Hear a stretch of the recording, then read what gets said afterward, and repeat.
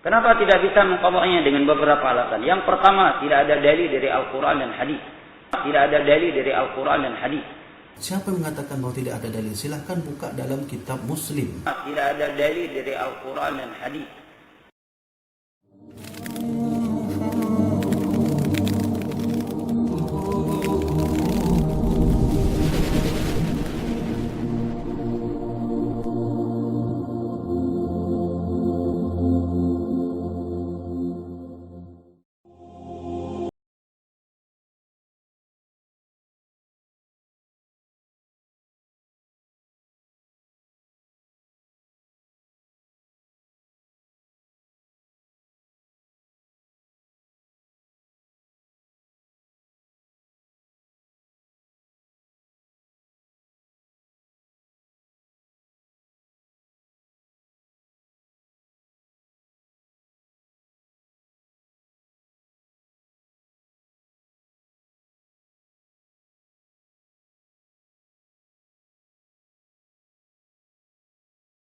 Hukum mengqadha membayar salat yang telah ditinggalkan. Apakah ada kewajiban mengqadhanya ataukah tidak? Sebenarnya ini pembahasan ilmiah jamaah. Ya. Pembahasan ilmiah.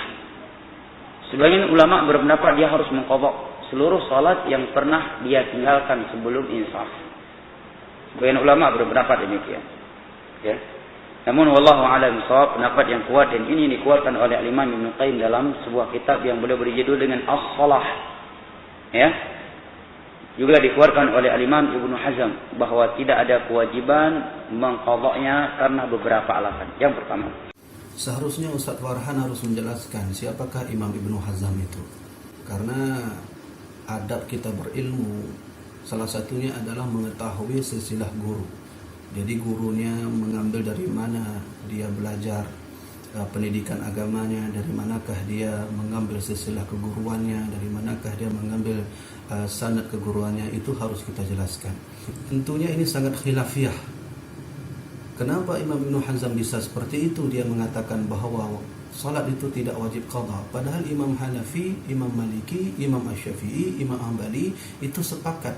Mereka bersumber dari satu hadis Rasulullah SAW yang hadisnya berbunyi adainu lillahi ahaqun, bahwa hutang kita kepada Allah itu lebih wajib kita bayar. Yang pertama perlu diketahui bahwa tidak ada kewajiban mengqadha bukan berarti itu masalah sepele. Tapi karena besarnya masalah salat, dia tidak bisa mengqadha lagi. Jelas ya? Bukan karena sepelenya masalah salat, tapi karena besarnya ini masalah yang dia lakukan ini, betapa besarnya dosanya, tidak bisa dia qadha lagi. Imam Hanafi, Imam Maliki, Imam Syafi'i, Imam Hambali itu semua sepakat bahwa salat bagi orang yang tertinggal itu wajib qadha. Silahkan buka dalam kitab Fiqhul Islam wa Adillatuhu jilid 2 karya Syekh Wahbah Az-Zuhaili. Ini empat mazhab ini yang dikenal sebagai ulama mujaddid, yang dikenal sebagai ulama mujtahid mutlak, yang dikenal sebagai ulama yang pembaharuan Islam. Mereka memiliki berbagai macam hafalan hadis Al-Quran dan beberapa kaul ulama. Mereka sepakat bahwa sesungguhnya qadha dalam sembahyang itu hukumnya wajib. Lalu siapakah Ibnu Hazm? Apakah dia murid Imam Hanafi? Apakah dia murid Imam Hambali? Apakah dia murid Imam Syafi'i? Dan lain sebagainya. Kita tak siapa yang berdalil, yang membuat istilah hukum, yang merujuk atau membuat maraji istilah hukum kepada Imam Ibnu Hazm, itu sangat-sangat salah sekali. Maka oleh karena itu perlu kita luruskan, qadha dalam sembahyang itu hukumnya wajib, sangat-sangat wajib. Kenapa tidak bisa mengqadhanya dengan beberapa alasan? Yang pertama, tidak ada dalil dari Al-Quran dan hadis yang dapat dijadikan sebagai dalil yang tepat. Kemudian ada orang bertanya, benarkah bahwa sesungguhnya tidak ada hadis, tidak ada dalil yang menyatakan bahwa salat qadha itu, salat dalam qadha sembahyang itu tidak ada.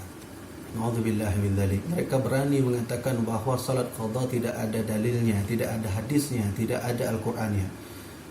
Jangan sampai wahai kalian yang berani mengatakan tidak ada dalilnya itu, kalian disiapkan api neraka oleh Allah Subhanahu wa taala. Man kadzdzaba alayya, kata Rasulullah, siapa yang berbohong atasku, falyatabawa maqadahu minan nar, maka dia akan disiapkan tempat duduk di dalam neraka. Siapa yang mengatakan bahwa tidak ada hadis, tidak ada dalil tentang masalah salat qadha? Orang yang meninggalkan salat itu qadha itu, siapa yang mengatakan bahwa tidak ada dalil? Silahkan buka dalam kitab Muslim. Kalau tidak salah saya nomor hadisnya 1104. Ingat baik-baik, silahkan buka dalam kitab Muslim, nomor hadisnya 1104. Di sana jelas Rasulullah mengatakan idza raqada ahadukum 'anis shalah. Jika engkau luput, kata Nabi, jika engkau luput daripada salat. Kemudian apa kata Rasulullah? Awwafala anha, ataupun telah lalai daripada salat. Jika engkau luput daripada salat, kata Rasulullah, awwafala anha, ataupun engkau meluputkannya atau melalaikannya dengan sengaja, falyusalliha idza dzakaraha, maka harus menggantikan salat itu jika engkau ingat. Ini jelas di dalam Sahih Muslim. Hadis ini sahih. Jadi ada orang yang sok mengatakan bahwa tidak ada hadis, tidak ada dalil yang mengatakan salat itu diqadha, itu sangat-sangat tidak dibenarkan. Berhati-hatilah wahai Farhan dan sebagainya, orang yang mengatakan bahwa salat qadha itu tidak ada. Ini hadis sahih. Apakah kalian kira bahwa hadis Rasulullah itu hanya daripada riwayat Muslim? Apakah hadis Rasulullah hanya pada riwayat Bukhari? Apakah hadis Rasulullah hanya kepada riwayat-riwayat yang lain? Hadis Rasulullah itu sangat banyak.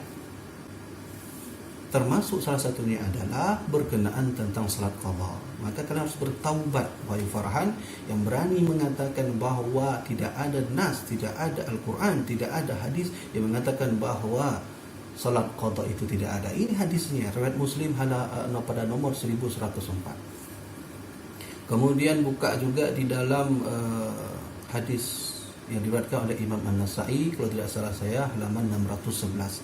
Itu lafadznya sama seperti itu, bahwa sesungguhnya masalah qadha sembahyang itu dijelaskan langsung oleh Rasulullah SAW. Sebagian ulama berpernah mengambil beberapa dalil, di antaranya hadis riwayat Al-Imam Al-Bukhari dan Muslim dari Abu Sa'id Al-Khudri radhiyallahu anhu. Nabi menyatakan man nama 'anis salati aw nasiha falyusalliha idza dzakaraha. Barang siapa yang tertinggal dari salat karena tidur dan lupa, maka hendaknya dia melakukannya ketika bangun atau ketika ingat. Mereka berdalil apabila meninggalkan salat karena tidur dan lupa, yang itu merupakan sebab syar'i, uzur syar'i, maka meninggalkan salat dengan tanpa uzur syar'i lebih wajib lagi. Itu sisi pendalilan. Jelas ya? Cuma dijawab oleh para ulama bahwa tidak bisa dikias. Kenapa tidak bisa dikias? Karena ilahnya berbeda. Karena kias itu kan ilhaqu hukmi far'in li aslin li illatin jami'atin bainahuma. Diterangkan oleh para ulama usulul fiqh. Memasukkan, menganalogikan hukum baru yang belum ada nas padanya kepada hukum lama yang telah ada nas padanya dikarenakan sifat yang sama. Ini beda sifatnya. Ini sengaja, sedangkan ini lupa dan tidur. Tidur dan lupa adalah uzur syar'i. Sedangkan dia meninggalkan tadi bukan uzur syar'i, dua sifat yang berbeda, maka tidak bisa dikias. Masalah qadha sembahyang lalu dia dikiaskan. Saya tak tahu apa maksudnya ini. Yang jelas kias yang dijelaskan di dalam kitab-kitab itu sangat berbeda dari kias yang dijelaskan oleh orang Wahabi ataupun Farhan. Saya melihat juga videonya bahwa beliau mengatakan bahwa salat ini tak bisa dikiaskan. Okeylah, saat itu beliau mengambil satu hadis Rasulullah, man nama aw nasiya. Siapa yang tertidur ataupun yang dia itu lupa dalam salatnya, falyusalliha idza dzakaraha, maka dia wajib menggantikan salatnya. Berarti di sini ilatnya adalah man nama, siapa tertidur, wa man nasiya, siapa yang terlupa. Ini alasan Rasulullah SAW, siapa yang tertidur, siapa yang lupa, maka dia harus menggantikan salatnya. Baik, anggap saja kita tidak mengambil hadis Muslim pada nomor 1104 tadi. Anggap saja kita ambil hadis ini, man nama aw nasiya. Apakah ini bisa dikiaskan? Dengan apa? Kias dengan menggunakan satu hukum lain, yaitu orang meninggalkan dengan sengaja. Anggap saja kita tidak memakai hadis yang Muslim tadi. Apakah benar sistem kias yang dilakukan oleh Farhan ataupun ustaz-ustaz Wahabi lainnya? Itu sangat salah. Kenapa? Karena kias itu ada 4 rukun. Dia ada furu, dia ada illat, dia ada hukum asal hukum, kemudian ada illat hukum asal, itu 4. Sedangkan menurut Wahabi dan termasuk Farhan mengatakan disebutkan sifat di dalam kias, tidak ada sifat di dalam kias. Sedangkan dia meninggalkan tadi bukan uzur syar'i, dua sifat yang berbeda. Syar'i dua sifat yang berbeda, maka tidak bisa dikias. Silakan buka kitab Nufahat, silakan buka kitab Ghayah Usul, silakan buka Tafi Usyara, silakan buka kitab Al-Mughni dan sebagainya. Di sana tertulis jelas tidak ada rukun kias itu sifat. Tidak ada rukun kias sifat. Rukun kias yang ada illat, yang ada furu, kemudian hukum asal, kemudian illat hukum asal. Tidak ada namanya sifat. Nah, maka oleh karena itu sistem kias itu harus kita gunakan. Cuman sekarang pertanyaannya adalah kias itu apa? Kias itu mengambil perumpamaan hukum lalu diletakkan kepada hukum yang baru. Contoh, Rasulullah SAW mewajibkan zakat gandum. Zakat gandum itu termasuk makanan ataupun ta'amun qutin, yaitu makanan pokok yang ada di masa Rasulullah.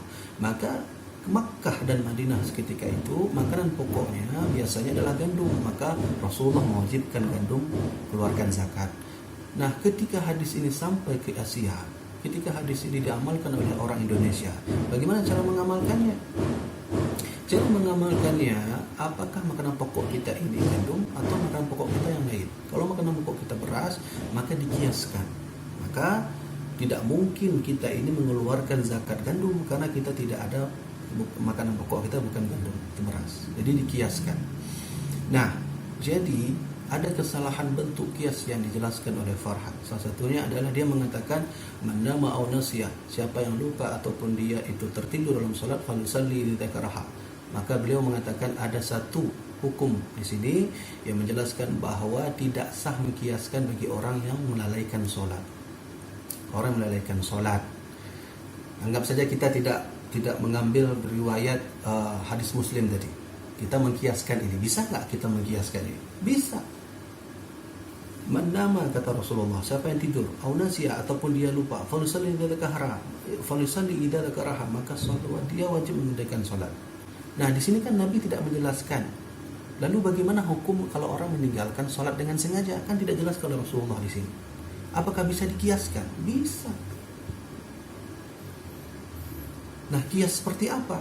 Kita harus tahu dulu bagaimana definisi kias. Kias itu raddul far'i ilal asli bi'andatin tajmu'aha fil hukumi. Mendatangkan furu kepada asal dengan menggabungkan keduanya itu menjadi dalam satu hukum. Itu namanya kias. Rukun kias juga kita harus tahu. Rukun kias ada namanya furu, ada namanya asal, ada namanya hukum asal, ada namanya illat hukum asal. Ini hukum rukun daripada kias. Tidak ada sifat seperti mana yang dijelaskan oleh Farhan. Tidak ada sifat dalam rukun ini. Yang kedua, kita juga harus tahu bagaimana firqah daripada kias, pembahagian kias. Ada kias syabah, ada kias illah, ada namanya kias dilalah, ada namanya kias khafi, ada namanya kias jali dan sebagainya. Nah, pertanyaan dasarnya, bolehkah kita mengkiaskan ini tadi? Ya, Rasulullah mengatakan siapa yang tertidur atau yang lupa dia salat. Sedangkan Nabi tak menjelaskan siapa yang meninggalkan salat dengan sengaja. Ini bisa dikiaskan. Nah, kias ini kita memakai sistem yang namanya sistem kias illah, ataupun menurut sebagian ulama kias aulawi, yaitu kias yang paling tinggi derajatnya. Nah, apa contohnya? Seperti kata Allah Subhanahu wa taala, wala taqul lahuma uffin, janganlah engkau mengatakan kepada orang tuamu itu uff. Maka uff di sini yang menjadi sebab bahwa Allah melarang kita untuk tidak mengatakan kepada orang tua. Apa itu uff? Kita tak boleh mengatakan kepada orang tua itu Lalu bagaimana orang memukul orang tua? Nah, ini namanya kias. Kalau mengatakan itu lebih rendah, lalu memukul itu lebih kuat, ini kan lebih kuat, lebih banyak dosanya, maka dicocokkan, terjadilah namanya kias. Kenapa bisa terjadi kias? Karena furu'nya sama, illatnya sama. Bukankah dalam usul dikatakan al-hukmu yadurru ala illah, hukum itu kan berputar atas illat, tergantung illat. Makanan babi itu kan haram, tapi bolehkah kita makan? Boleh, asalkan kita dalam keadaan darurat. Kan begitu. Jadi hukum ini berputar. ya, karena ilat. Nah, saya ingin katakan bahwa sesungguhnya mengkiaskan dua ini tuh bisa. Yang para ulama saja membentuk kias. Wala taqullahu ma'ufin, jangan kau mengatakan pada orang tuamu itu Maka kalau memukul boleh, tidak boleh. Saja yang ringan dosanya tidak boleh, apalagi memukul. Memukul berarti lebih tinggi dosanya.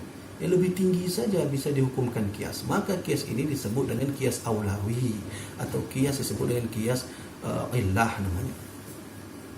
Kenapa bisa disebut kias? Karena furuknya itu sama, ilatnya sama, lebih tinggi lagi ilatnya. Sekarang masalah qada sembahyang, Nabi hanya menjelaskan man nama, siapa yang tertidur, au nasiya, siapa yang lupa. Siapa yang tertidur, siapa yang lupa. Ini kan lupa, okeylah. Itu hanyalah kata Rasulullah, al-insan lisanun khata'an, manusia itu selalu lupa dan salah, wajar lupa. Kemudian au nama, tertidur, wajar tertidur. Berarti ini dosa kecil karena kita tidak rencana untuk meninggalkan sholat, lupa ataupun tertidur. Nah, ini dengan sengaja, meninggalkan dengan sengaja, berarti lebih berat dosanya. Maka hukum seperti ini sama seperti mana wala taqullahu ma'ufin tadi. Mengatakan kepada orang tua itu dosanya kecil, memukul dosanya besar, maka dia ini disebut qiyas aulawi. Maka qiyas aulawi itu apa definisinya? Ataupun qiyas illah. Qiyas illah definisinya antakuna illatu, bahwasanya illatnya itu muqtadatun lil hukmi, dia dapat menjadi hukum. Jadi qiyas illatnya itu bisa jadi hukum. Hukum asalnya apa? Hukum asalnya tak boleh mengatakan kepada orang tua. Tapi datanglah furuk yang satu yang tidak ada dalam Al-Quran. Apa itu? Memukul. Tidak ada dalam Al-Quran memukul. Nah, karena dia baru datang, jadilah dia itu hukum. Nah, ada kias yang tidak menjadi hukum, hanya menunjukkan kepada hukum, sama hukumnya. Itu namanya disebut kias syabah. Itu nanti bisa dijelaskan lebih panjang lagi oleh dia, ataupun lihatlah dalam kitab-kitab. Nah, maka oleh karena itu saya ingin katakan bahwa gunakanlah sistem kias yang benar di dalam hukum Islam. Jangan sembarangan kita gunakan kias. Kias itu tak boleh kita gunakan kias yang tidak. Saya takut seperti Wahabi saat ini mengatakan bahwa qada sembahyang tidak ada, yang lain tidak ada. Padahal dalam Muslim tadi dijelaskan. Saya takut Rasulullah mengarahkan ini kepada mereka sebagai mujtahid jahil. Tidak menyatakan menyia-nyiakan sholat buat orang yang mengakhirkan dari waktunya. Karena kalau toh nantinya bisa diqadha, berarti kan tidak diancam dengan ancaman yang demikian. Dan yang menyatakan tidak ada qadha, Ibnu Hazm menukilkan beberapa sahabat Nabi, antara yang Abu Bakar, Umar, Abdullah bin Mas'ud dan sahabat-sahabat yang lainnya. Sehingga jangan katakan ini kan empat mazhab menyatakan qadha. Syekhul Islam berarti mendahului, datang setelah empat mazhab, sebelum Syekhul Islam, sebelum empat mazhab. Ibnu Hazm menukilkan beberapa sahabat Nabi yang menyatakan tidak ada qadha. Jelas ya? Kata Nabi afatuddin thalatha. Agama ini hancur karena tiga hal. Yang pertama imamun jairun, yaitu pemimpin yang zalim, pemimpin yang jahat. Kemudian faqihun fajir. Siapa itu faqihun fajir? Seorang ahli fikih yang bermaksiat kepada Allah. Yang ketiga mujtahidun jahil, yaitu ulama bodoh. Kalau sudah hadir kata Nabi ulama bodoh ini, bersiaplah, agama ini akan hancur. Siapa ulama bodoh itu kita tak bisa menilainya, dan kita tidak bisa menuduh mereka, para Wahabi. Yang jelas ulama yang bukan ulama itu adalah mereka yang berani memvonis orang lain, tidak punya adab terhadap orang lain, tidak punya akhlak terhadap orang lain, dan tidak memiliki kapasitas ilmu yang cukup. Apakah menjadi ulama itu memiliki kapasitas ilmu yang cukup? Harus. Dalam kitab Syarah Nufahat dijelaskan bahwa Syekh Ahmad Khatib menuliskan syarat menjadi ulama itu harus memiliki 12 ilmu: ilmu usul, ilmu mantik, ilmu majas, ilmu isti'arah, ilmu bayan, ilmu badi', ilmu nahwu, ilmu tajwid, ulumul Quran, ulumul hadis, ilmu fikih, kemudian tentang madhab ilmu fikih dan sebagainya. Harus menguasai itu. Kalau sudah jelaskan itu, maka baru disebut sebagai ulama. Nah, mari jangan mengulama-ulamakan diri. Siapa mereka yang mengulamakan diri itu? Itu yang seperti mana dijelaskan oleh Imam Malik. Silahkan buka kitab tafsir Ibnu Katsir pada ayat innama yakhshallah min ibadihi ulama. Di sana tertulis kata Imam Malik, laisa bi kathratil hadis. Laisa al-ilmu bi kathratil hadis. Ilmu itu bukan orang yang banyak menghafal hadis. Innamal ilmu huwa biyakhsha illah. Ilmu itu adalah orang yang merasa takut kepada Allah. Datang ilmu kepada dirinya, semakin banyak dia datang ilmu kepada dirinya, maka dia semakin takut kepada Allah. Itu baru namanya ilmu. Jadi diperhatikan baik-baik bahwa sesungguhnya berilmu itu harus ada jalan. Jalannya seperti apa? Jalan yang dibenarkan. Kita ini Ahlussunnah wal Jamaah di Aceh. Sudah banyak orang yang menjadi ulama di Aceh, menjadi pelopor agama ke seluruh dunia. Kita punya seperti Syekh Ahmad Khatib yang pernah menjadi guru besar di Masjidil Haram.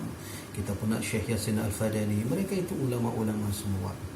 Nah, kalau memang kita tugasnya datang belajar ke luar negeri, datang pulang ke sini membawa khilafiyah, itu lebih bagus, nggak usah lagi kita tinggal di Aceh.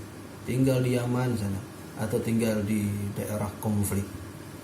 Jadi kita ini hidup di dunia ini harus saling menghormati, saling mendekati, saling duduk, saling tidak menghina. Nah, demikian yang dapat saya sampaikan. Nanti jika ada pertanyaan-pertanyaan lain dapat ditanyakan di dalam Facebook saya ataupun YouTube saya ataupun Instagram saya. Wabillahi taufiq wal hidayah. Wassalamualaikum.